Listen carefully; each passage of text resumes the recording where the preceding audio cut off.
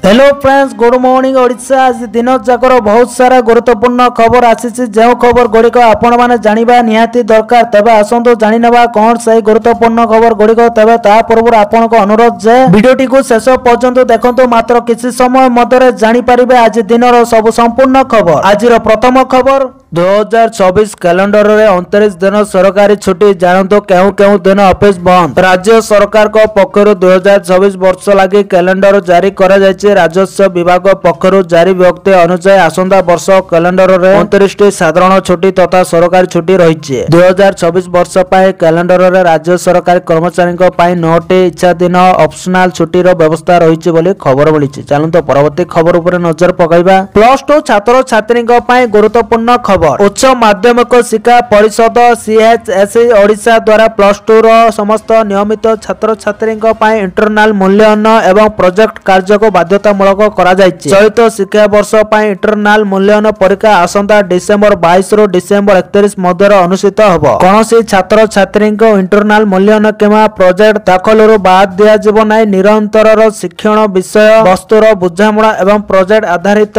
प्रयोग को मूल्यांकन करबा यार मुख्य लक्ष्य। जो छात्र छात्री माने बध्य कारण मूल्यांकन रे अंशग्रहण करि पारिबे नै से मानको द्वितीय सुযোଗ दिया जीवो। से माने आसंता वर्ष जनवरी 10 रु जनवरी 15 मध्य परीक्षा दे पारिबे, किंतु एते पय अनुपस्थितर उपयुक्त प्रमाण दाखल करबाको पड़िबो। समस्त कॉलेज गुडी को एही परीक्षा प्रक्रिया को सुखरुखुरे और स्वच्छतार सह समाप्त करबा पय आवश्यक प्रस्तुति शेष करबाको निर्देश दिया जायछि बोले खबर मिलिछि। तो चलंतो परवर्ती खबर ऊपर नजर पकाइबा। ट्रम्प को आश्वस्ति दीर्घ 43 दिन पर अमेरिका रो हटिला शटडाउन बिल रे साइन कले राष्ट्रपति। अमेरिका रे डोनाल्ड ट्रम्प प्रशासन पर एक गुरुत्वपूर्ण आश्वस्ति खबर आसीछि। रेकर्ड भांगी 43 दिन रो बंद परे अमेरिका कांग्रेस शेष रे फंडिंग बिल पास करिछि। ट्रम्प एबे ओवाल ऑफिस रे बिल रे स्वाक्षर करबे, जा विभिन्न सरकारी परिचालित कार्यक्रम पाई पांठी जगाइबो। अमेरिका कांग्रेस बुधवार एक फेडरल पांठी पैकेज को मंजूर करिछि, जहा 43 दिन धरि चलितबा सरकारी शटडाउन को शेष करबा पाए अर्थ प्रशस्त करिछि। अमेरिका कांग्रेस रे यह पास हेबा परे पांठी बिल एबे राष्ट्रपति डोनाल्ड ट्रम्प को निकट को तांको हस्ताक्षर पाए पठा जायछि। व्हाइट हाउस अनुसार राष्ट्रपति ट्रम्प ओवाल ऑफिस रे पांठी बिल रे स्वाक्षर करिवे बोली खबर मिलिछि। चलंतो परवर्ती खबर ऊपर नजर पकाइबा। दारिंगबाड़ी रे 7 दिन रे 7.5 डिग्री सेल्सियस तापमात्रा ह्रास।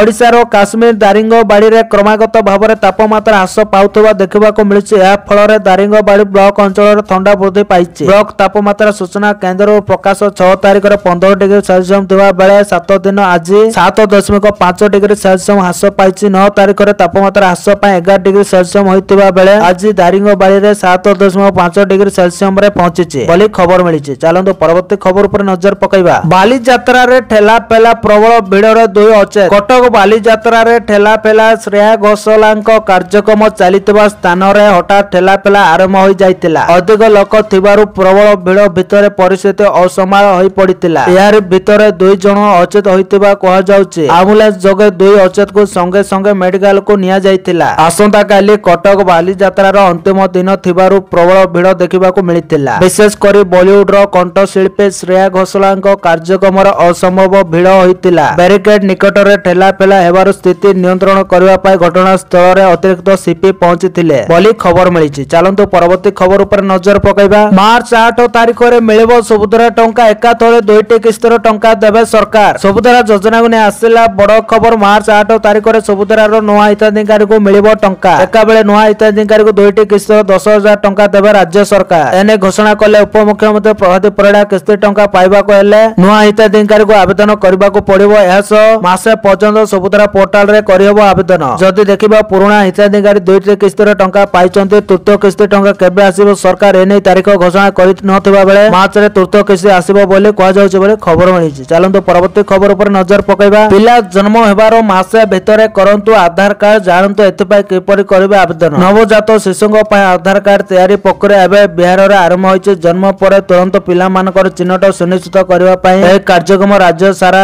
1 लाख रो अधिक अंगनवाड़ी केंद्र रे कार्यकारी करा जाउछि। ए प्रक्रिया रो उद्देश्य होउछि पिला माने समस्त केंद्र एवं राज्य सरकार को योजना रो लाभ समय मदर एवं सीधा सड़क सेमानक नाम रे पाइबा निश्चित करिवो। पूर्वरु शिशु 1 वर्ष बयस हेबा पर आधार कार्ड तयारी करा जायतिला, किंतु एबे जन्मर 1 मास मध्य रे आधार कार्ड तयारी करा जिवो बोली खबर मिलिछि। चलंतु परवर्ती खबर ऊपर नजर पकाइबा। ପକାଇବା। ମୃତକଙ୍କ ପରିବାର ଉପରେ ଟଙ୍କା ବର୍ଷା ଜାଣନ୍ତୁ ଦିଲ୍ଲୀ ବିସ୍ଫୋରଣରେ କାହାକୁ କେତେ କ୍ଷତିପୂରଣ ଦେବେ ସରକାର। ଦିଲ୍ଲୀର ବିଜେପି ସରକାର ଲାଲକିଲ୍ଲା ନିକଟରେ ରହିଥିବା କାର ବୋମା ବିସ୍ଫୋରଣରେ ମୃତ ଆହତ ଏବଂ ଗୁରୁତର ଆହତଙ୍କ ପାଇଁ କ୍ଷତିପୂରଣ ଘୋଷଣା କରିଛି। ଦିଲ୍ଲୀ ମୁଖ୍ୟମନ୍ତ୍ରୀ Rekha Gupta social media site ଏକ୍ସରେ ଲେଖିଛନ୍ତି ଯେ ଦିଲ୍ଲୀରେ ଘଟିଥିବା ଏହି ଦୁର୍ଭାଗ୍ୟପୂର୍ଣ୍ଣ ଘଟଣା ସମଗ୍ର ସହରକୁ ମର୍ମାହତ କରିଛି। ଏହି କଷ୍ଟକର ସମୟରେ ଦିଲ୍ଲୀ ସରକାରଙ୍କ ଗଭୀର ସମବେଦନା ସମସ୍ତ ପରିବାର ପ୍ରତି ଯେଉଁମାନେ ଏହି ଘଟଣାର ପ୍ରିୟଜନକୁ ହରାଇଛନ୍ତି ଏବଂ ଆହତ ହୋଇଛନ୍ତି। ମୁଖ୍ୟମନ୍ତ୍ରୀ ଲେଖିଛନ୍ତି ଯେ ଦିଲ୍ଲୀ ସରକାରଙ୍କ ପ୍ରତ୍ୟେକ ପ୍ରଭାବିତ ପରିବାର ସହିତ ସୁଷ୍ଠୁ ଭାବରେ ଠିଆ ହୋଇଛି ଏବଂ ତୁରନ୍ତ ସହାୟତା ପ୍ରଦାନ କରିବା ପାଇଁ ଏକ ସମ୍ବେଦନଶୀଳ ନିଷ୍ପତ୍ତି ନେଇଛି। ଏହି ଘଟଣାରେ ମୃତକଙ୍କ ପରିବାରକୁ 10 ଲକ୍ଷ, ସ୍ଥାୟୀ ଭାବରେ ଅକ୍ଷମ ହୋଇଥିବା ଲୋକଙ୍କୁ 5 ଲକ୍ଷ ଏବଂ ଗୁରୁତର ଭାବରେ ଆହତ ହୋଇଥିବା ଲୋକଙ୍କୁ 2 ଲକ୍ଷ ଟଙ୍କା ମିଳିବ ବୋଲି ଖବର ମିଳିଛି। ଚାଲନ୍ତୁ ପରବର୍ତ୍ତୀ ଖବର ଉପରେ ନଜର ପକାଇବା। ଟ୍ରମ୍ପଙ୍କ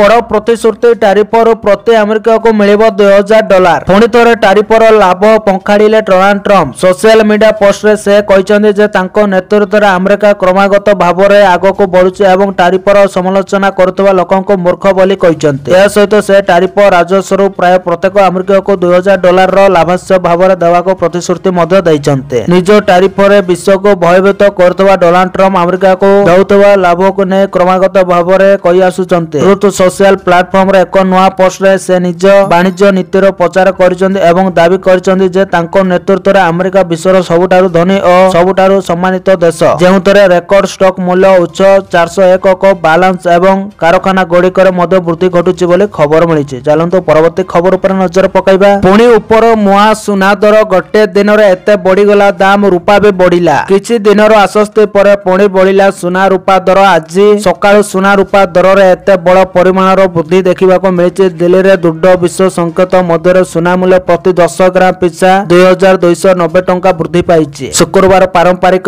କାରବାରରେ ସୁନା ବଜାରରେ ବୃଦ୍ଧି ପରିଲକ୍ଷିତ ହେଉଛି। ପାରମ୍ପରିକ କାରବାରରେ MCXରେ ସୁନା 0.32% ବୃଦ୍ଧି ପାଇ 24 କ୍ୟାରେଟ ସୁନା ପ୍ରତି 10 ଗ୍ରାମ 1,27,800ରେ ପହଞ୍ଚିଛି। ରୂପା ମଧ୍ୟ 1.35% ବୃଦ୍ଧି ପାଇ ପ୍ରତି କିଲୋ 1,64,281ରେ ପହଞ୍ଚିଛି। ସେପଟେ ଓଡ଼ିଶାର ରାଜଧାନୀ ଭୁବନେଶ୍ୱରରେ 22 କ୍ୟାରେଟ ସୁନା ଦର 10 ଗ୍ରାମ ପ୍ରତି 1,17,150 ଟଙ୍କା ହୋଇଥିବା ବେଳେ 24 କ୍ୟାରେଟ ସୁନା ମୂଲ୍ୟ 10 ଗ୍ରାମ ପ୍ରତି 1,27,800 ଟଙ୍କା ରହିଛି। ଭୁବନେଶ୍ୱରରେ ଗତକାଲି ଅପେକ୍ଷା ଆଜି ଦର ବଢିଥିବା ଦେଖିବାକୁ ମିଳିଛି ବୋଲି ଖବର ମିଳିଛି। ଚାଲନ୍ତୁ ପରବର୍ତ୍ତୀ ଖବର ଉପରେ ନଜର ପକାଇବା। ଓଡ଼ିଶା ବିଧାନସଭା ଇତିହାସରେ ପ୍ରଥମ ଥର ଶୀତ ଅଧିବେଶନକୁ ସମ୍ବୋଧିତ କରିବେ ମହାମହିମ ରାଷ୍ଟ୍ରପତି ଦ୍ରୌପଦୀ ମୁର୍ମୁ। ଓଡ଼ିଶା ବିଧାନସଭା ଇତିହାସରେ ନଭେମ୍ବର 27 ତାରିଖରେ କିଛି ଏଭଳି ଘଟିବାକୁ ଯାଉଛି ଯାହା ପୂର୍ବରୁ କେବେ ଘଟିନି। ପ୍ରଥମ ଥର ପାଇଁ ଦେଶର ରାଷ୍ଟ୍ରପତି ଓଡ଼ିଶା ବିଧାନସଭାକୁ ସମ୍ବୋଧିତ କରିବେ। ବିଧାନସଭାର ଶୀତ ଅଧିବେଶନ ନଭେମ୍ବର 27ରୁ ଆରମ୍ଭ ହୋଇ ଡିସେମ୍ବର 31 ତାରିଖ ପର୍ଯ୍ୟନ୍ତ ଚାଲିବାର କାର୍ଯ୍ୟକ୍ରମ ରହିଛି। ନଭେମ୍ବର 28 ତାରିଖରେ 2025-26 ଆର୍ଥିକ ବର୍ଷର ପ୍ରଥମ ଅତିରିକ୍ତ ବଜେଟ୍ ମଧ୍ୟ ଗୃହରେ ଉପସ୍ଥାପିତ ହେବ।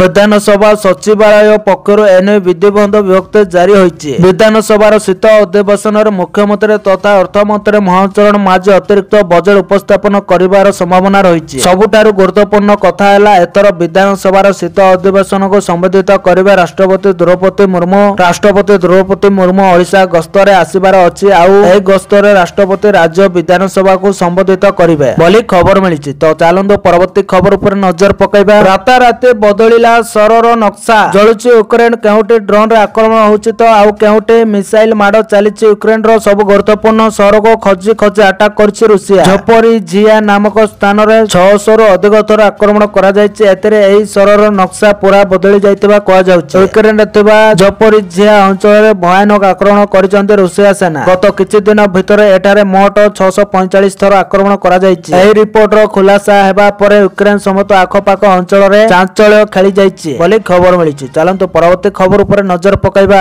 ମହିଳାମାନଙ୍କୁ ଦିଆଯାଉଛି 11,000 ଟଙ୍କାର ସହାୟତା। ଯାଆନ୍ତୁ ମୋଦି ସରକାରଙ୍କ ଏହି ଯୋଜନାର ଲାଭ କିପରି ଉଠାଇବେ। ମହିଳାମାନଙ୍କ ପାଇଁ ଖୁସି ଖବର। ଏଣିକି ମୋଦି ସରକାର ଦେବେ 11,000 ଲେଖାଏଁ ଟଙ୍କା। ହଁ ଆଜ୍ଞା, ଭାରତ ସରକାର ଦେଶର ମହିଳାମାନଙ୍କ ପାଇଁ ଅନେକ ଯୋଜନା ପ୍ରଚଳନ କରିଛନ୍ତି, ଯାହାର ଲକ୍ଷ୍ୟ ସେମାନଙ୍କୁ ଆର୍ଥିକ ଭାବରେ ସଶକ୍ତ କରିବା ଏବଂ ସମାଜରେ ସେମାନଙ୍କର ସ୍ଥିତିକୁ ଉନ୍ନତ କରିବା। ଆଉ ଏପରି ଏକ ଯୋଜନା ପ୍ରଧାନମନ୍ତ୍ରୀ ମାତୃ ବନ୍ଦନା ଯୋଜନା। ଏହି ଯୋଜନା ଗର୍ଭବତୀ ଏବଂ ସ୍ତନ୍ୟପାନ କରାଉଥିବା ମହିଳାମାନଙ୍କ ପାଇଁ ଆରମ୍ଭ କରାଯାଇଥିଲା, ଯେଉଁମାନଙ୍କୁ ଗର୍ଭଧାରଣ ଏବଂ ପ୍ରସବ ସମୟରେ ଆର୍ଥିକ ସହାୟତା ଆବଶ୍ୟକ।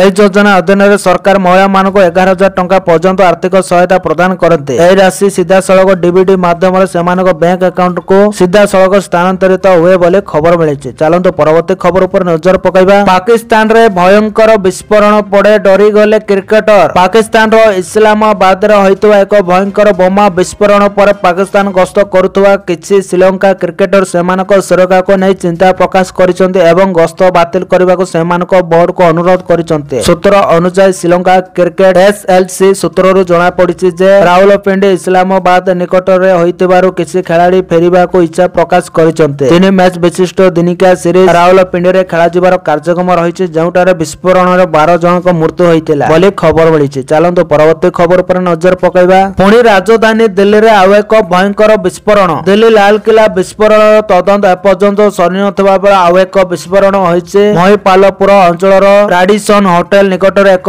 ଜୋରଦାର ବିସ୍ଫୋରଣ ପରି ଶବ୍ଦ ଶୁଣିବାକୁ ମିଳିଥିଲା, ଯାହାଦ୍ୱାରା ବାସିନ୍ଦାଙ୍କ ମଧ୍ୟରେ ଆତଙ୍କ ଖେଳି ଯାଇଥିଲା। 3ଟି ଅଗ୍ନିଶମ ବାହିନୀ ଗାଡ଼ି ତୁରନ୍ତ ଘଟଣାସ୍ଥଳରେ ପହଞ୍ଚିଥିଲା। ବିଭାଗ ଅନୁଯାୟୀ ସେମାନେ ଗୁରୁବାର ସକାଳ ପ୍ରାୟ 9:18ରେ ଫୋନ ପାଇଥିଲେ। ବର୍ତ୍ତମାନ ଉଦ୍ଧାର କାର୍ଯ୍ୟ ଚାଲିଛି ଏବଂ ପୋଲିସ ବିସ୍ଫୋରଣର କାରଣ ତଦନ୍ତ କରୁଛି। ପ୍ରାଥମିକ ତଦନ୍ତରୁ ଦିଲ୍ଲୀ ପୋଲିସ କହିଛି ଯେ ଏକ DTC ବସର ଟାୟାର ଫାଟିବାରୁ ବିସ୍ଫୋରଣ ଘଟିଥିଲା, ହେଲେ ଦିଲ୍ଲୀ ପୋଲିସ କହିଛି ଯେ ଘଟଣାସ୍ଥଳରେ କିଛି ସନ୍ଦେହଜନକ ଜିନିଷ ମିଳିନାହିଁ। ବର୍ତ୍ତମାନ 3ଟି ଅଗ୍ନିଶମ ବାହିନୀ ଘଟଣାସ୍ଥଳରେ ଉପସ୍ଥିତ ଅଛନ୍ତି ବୋଲି ଖବର ମିଳିଛି। ତ ଚାଲନ୍ତୁ ପରବର୍ତ୍ତୀ ଖବର ଉପରେ ନଜର ପକାଇବା। ମଧ୍ୟାହ୍ନ ଭୋଜନରେ ଅଣ୍ଡା ବଦଳରେ ଫଳ ପାଉନାହାନ୍ତି ପିଲା, ଏତେ ପ୍ରଚାର ହେଲା। ସବୁ ଗଣମାଧ୍ୟମରେ ହେଡଲାଇନ ଆସିଲା କି ସ୍କୁଲ ପିଲାଙ୍କୁ ପୁଷ୍ଟିସାର ଜାତୀୟ ଖାଦ୍ୟ ଯୋଗାଇ ଦେବାକୁ ରାଜ୍ୟ ସରକାର ବଡ଼ ଘୋଷଣା କରିଛନ୍ତି। ଏଣିକି ସ୍କୁଲ ପିଲାଙ୍କୁ ମଧ୍ୟାହ୍ନ ଭୋଜନରେ ଅଣ୍ଡା ବଦଳରେ ଫଳ ଦିଆଯିବ ବୋଲି ଘୋଷଣା କରାଯାଇଥିଲା। ଏହି ଘୋଷଣା ଅଗଷ୍ଟ ମାସ 2 ତାରିଖ 2025ରେ କରାଯାଇଥିଲା। ଏହାରି ଭିତରେ 3 ମାସ ବିତିବାକୁ ବସିଲାଣି, ହେଲେ ମଧ୍ୟାହ୍ନ ଭୋଜନରେ ପିଲା ଫଳ ଖାଇବେ କଣ